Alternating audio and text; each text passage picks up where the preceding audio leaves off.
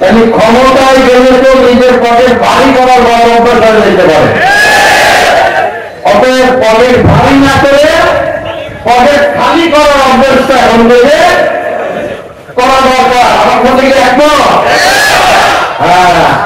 সাভারে বাংলাদেশ জামায়াতে ইসলামী সাভার থানার উদ্যোগে কর্মী সম্মেলন অনুষ্ঠিত। ফয়জুল ইসলামের রিপোর্টে বিস্তারিত। সাভার থানার বাংলাদেশ জামায়াতে ইসলামের উদ্যোগে 1 আগস্ট শুক্রবার বিকাল 3টায় রেডিও কলোনি মডেল স্কুল মাঠে এক বর্ণাঢ্য কর্মী সম্মেলন অনুষ্ঠিত হয়। এতে সাভার থানার বিভিন্ন ওয়ার্ড ও ইউনিট থেকে বিপুল সংখ্যক কর্মী অংশগ্রহণ করেন। সম্মেলনে সভাপতিত্ব করেন মোহাম্মদ আব্দুল কাদের, জেলা মজলিসের শুরা সদস্য ও থানা আমির। প্রধান অতিথি ছিলেন অ্যাডভোকেট এহসান মাহবুব জুবায়ের।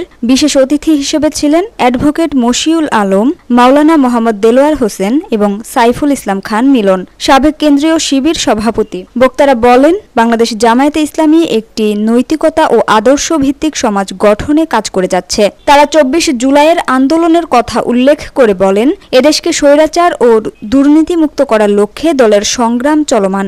বক্তারা আরও বলেন, চাঁদাবাজি, সন্ত্রাস, রাহাজানির মতো অপরাধ বন্ধ না হলে সাধারণ মানুষের জীবন বদলাবে না।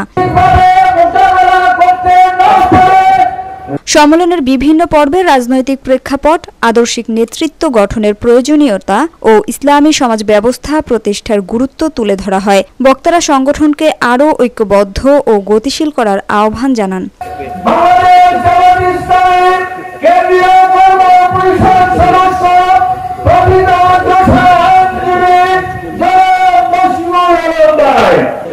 ক্ষমতায় গেলে তো নিজের পকেট ভারী করার অভ্যাস হয়ে যেতে পারে। অতএব পকেট ভারী না করে পকেট খালি করার অভ্যাসটা এখন থেকে করা দরকার। আমার সাথে কি একমত? হ্যাঁ। নিজে সংসারের খরচ থেকে 2-4 না পাশে রুই মাছ না কিনে একটু ছোট অন্য মাছ কিনবেন, ওখান থেকে বাঁচায়।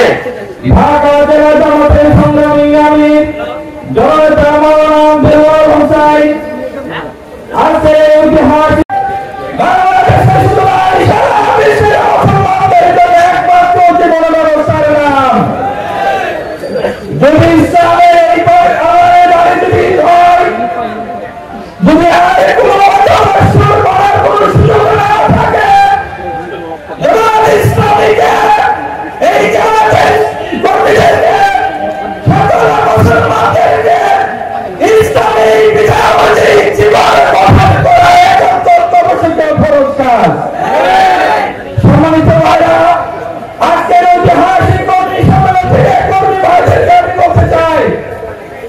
Samia Sultana, GBC television.